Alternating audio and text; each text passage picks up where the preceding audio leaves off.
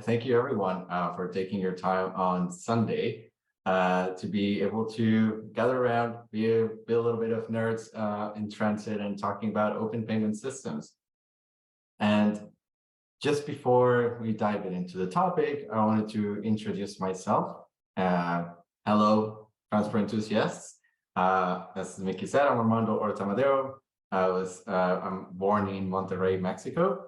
But for the past 4 years, I've been living in Toronto, doing mostly work related to transport planning, economics and transportation, and now also getting into the world of payments and mobility.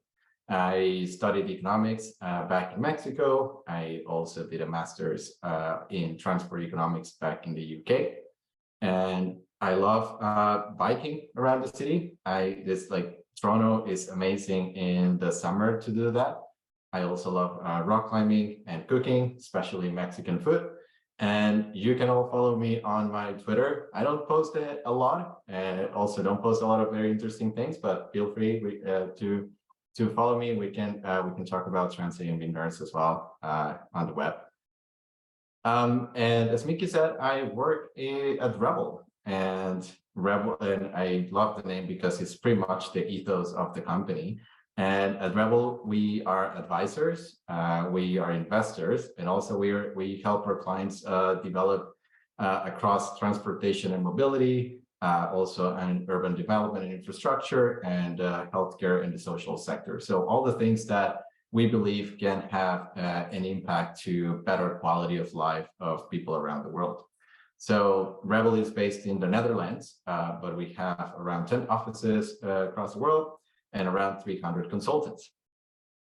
I am actually part of a smaller team among Rebel that's called the Payments, Mobility, and Insights team, which what we want to do is we want to make sustainable mobility more convenient, more affordable, and more reliable.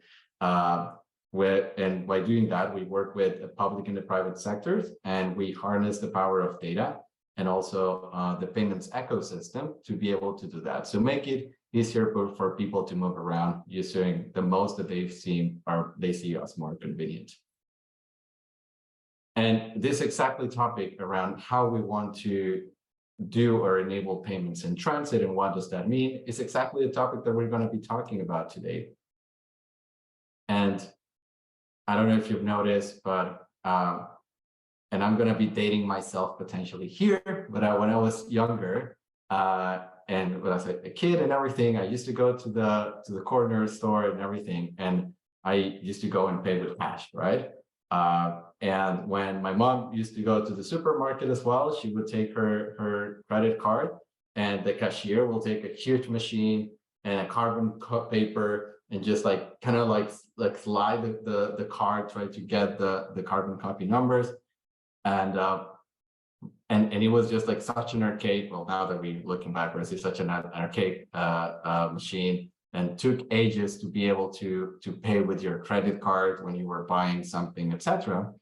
And definitely around 30 years ago, that was also the thing. That was also the thing in transit, right?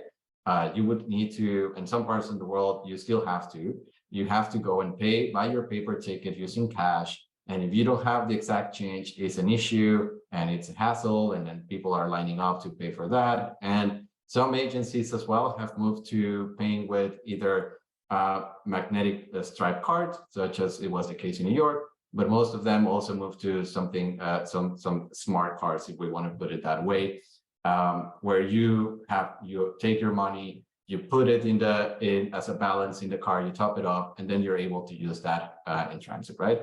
And that enables so many options for people. For example, agencies could load passes in your credit in that smart card. You were able to get discounts as well, and that type of systems they're called closed loop, given that every transit agency has its own brand, and you have to buy that card, and then you just can put money into that card. It's not that you can, go to Chicago using the card that you use in San Francisco, et cetera, et cetera. So it's just like a very closed system. But what happens today we've come a long way in the retail industry. And instead of just, having these huge machines to just slide the cards and get the numbers, now you can actually tap the machine, the reader, and you will get your whatever you're paying deducted. You can also pay by phone.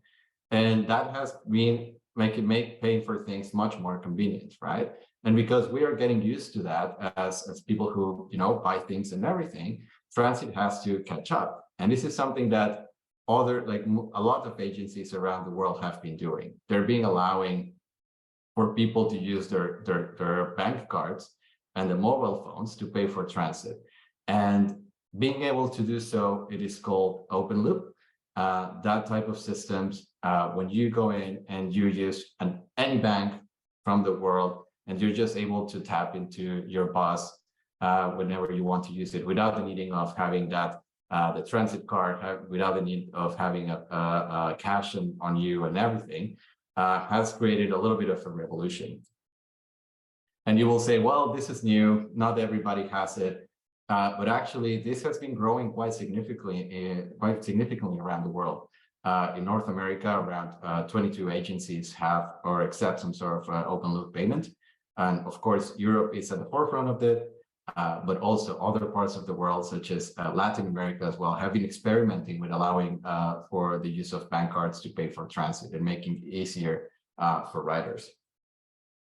One of the first agencies is London. They introduced contactless payments around 2014. And as you can see in and I'm just going to use the laser point here. And as you can see here, like this jump and this takeover of contactless payments is just crazy. People just go and use it, and Transport for London has definitely been incentivizing everyone to switch there, because from the perspective of transport agencies, it's easier, given that you don't have to issue your branded cards and everything. You just have the cards. You just take the cards that everybody's already using to buy anything else, and just allow them to pay for transit that way. Oh, 1 second. I just got a rain froze.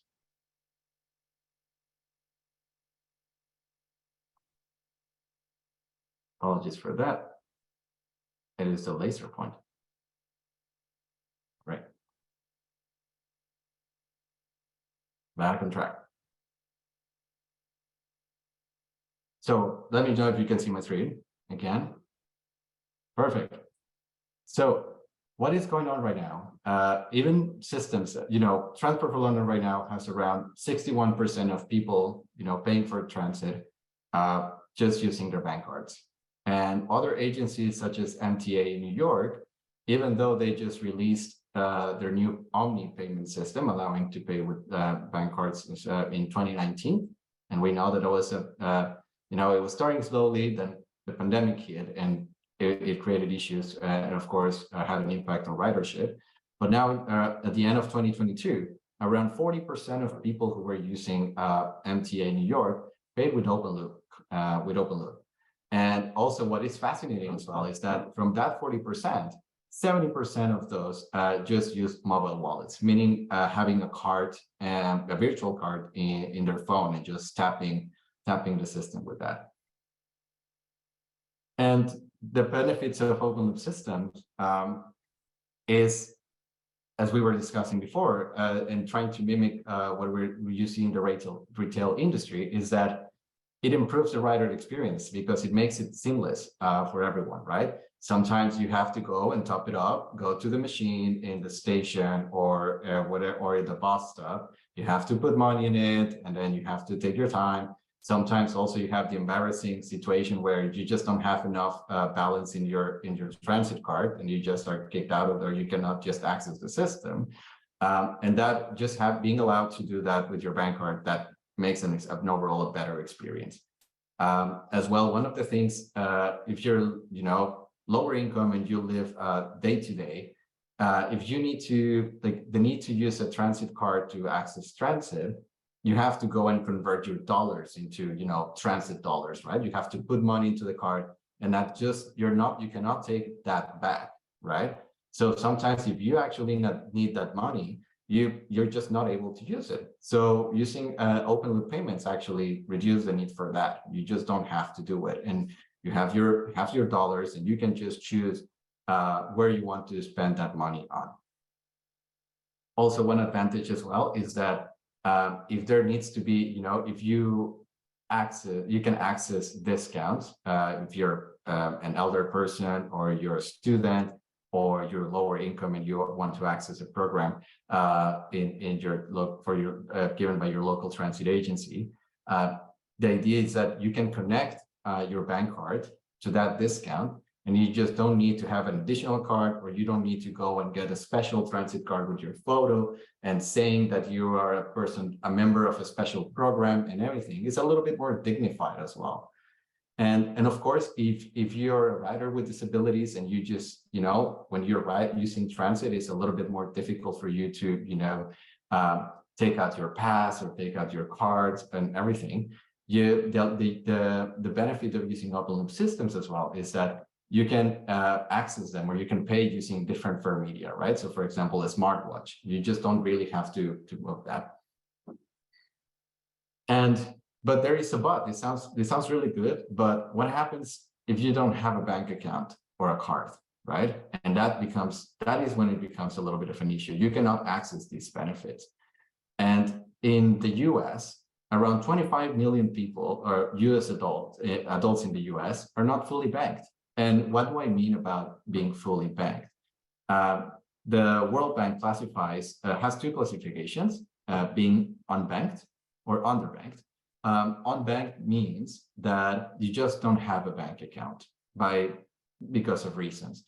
And underbanked means that you have a bank account, but because it is very expensive to use it because of transaction costs, or you needing to have a minimum balance, and you want to limit the number of transactions so that you don't pay for those commissions, makes you underbanked, meaning that the access to a financial product makes it difficult for you to actually use it. And that is the case for around 19% of US households. And if we are talking about Black and Hispanic folks, that is also, that increases as well to 36% and 33%, which is a little bit alarming as well. And knowing that these populations are the people who actually want to are the ones who use transit the most, right? So we're saying we're trying to evolve into a better system, but then there's some people that really will struggle to actually get access to that, right? And one of the reasons that people stay on or underbanked is actually because of the cost associated with ownership of an account. There's data in the US that to open a bank account, you might need around $25 or $1,000 to actually be able to access that, right? And not only that, every month you will have to pay between $10 to $16 as well, depending on the bank account that you decided to open or that you were able to have access to. And definitely that creates issues, and especially if you're not able to pay for that, that makes people from lower income communities having less access and actually being more expensive for them to be in the financial system. So there's a lot of articles right now that, saying that if you are a lower income, part of the lower income population, it's for you more expensive to use a bank. Or if you decide to be on bank, not having a bank account and just use cash in your daily life, turns out that you're actually subsidizing all these rewards programs that all the higher income people use, and they're reap the benefits out of it. And that is because when people pay with cards, merchants get a commission, or bank cards get a commission from that. And to actually be able to overcome that, some businesses raise prices a little bit more to be able to pay for those fees. But if you're using cash, you just pay with your cash and you don't get any benefits back, right? So it's actually a cycle of income inequality that the losers are clearly people in the lower income in the brackets, and wealthier consumers are the ones who have access not only to better products and actually be able to pay less, but also at the end they're the ones who are able to get better financing, get better mortgages, etc. And all that cycle just is not helping people in lower income communities. So given that we're talking about this new opportunity of open loop payments, actually transit could be an incentive to financial inclusion for folks. And how can that happen? Well, there is in the US, there's new players in the payments ecosystem that are offering different products that are actually changing the way people can use banking products and access the financial ecosystem.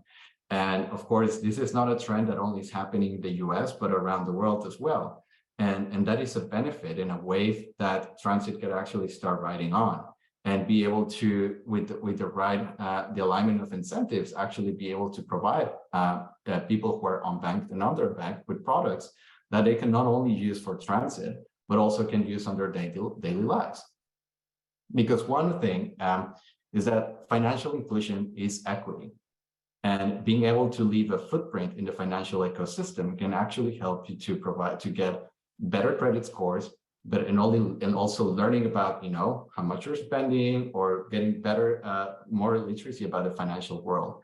And having also being enabled to digital payments actually allows you to access better and lower cost products. And as we were saying, banking right now, opening bank accounts can be very expensive. You have to have money to put in as a deposit, or daily. Also, you have to pay monthly fees and everything. And just by accessing to better financial products, your life becomes more affordable. Just by being able to not needing to pay those fees, right?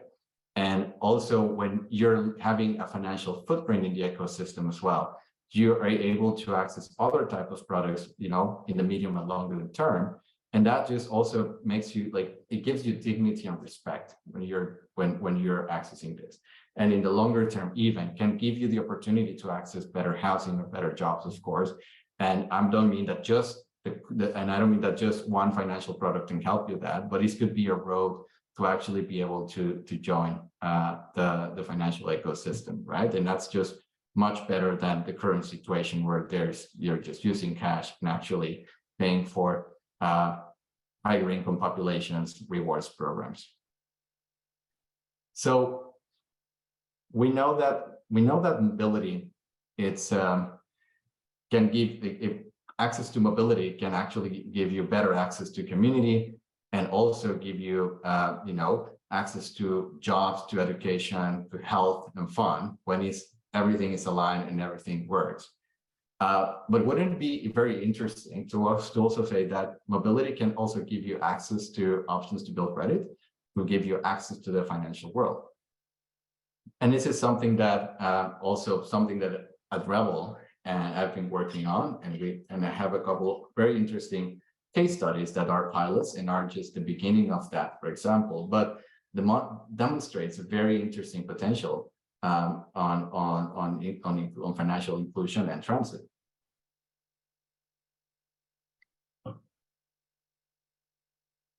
So currently we're working with the California Integrated Travel Project, or CalITP.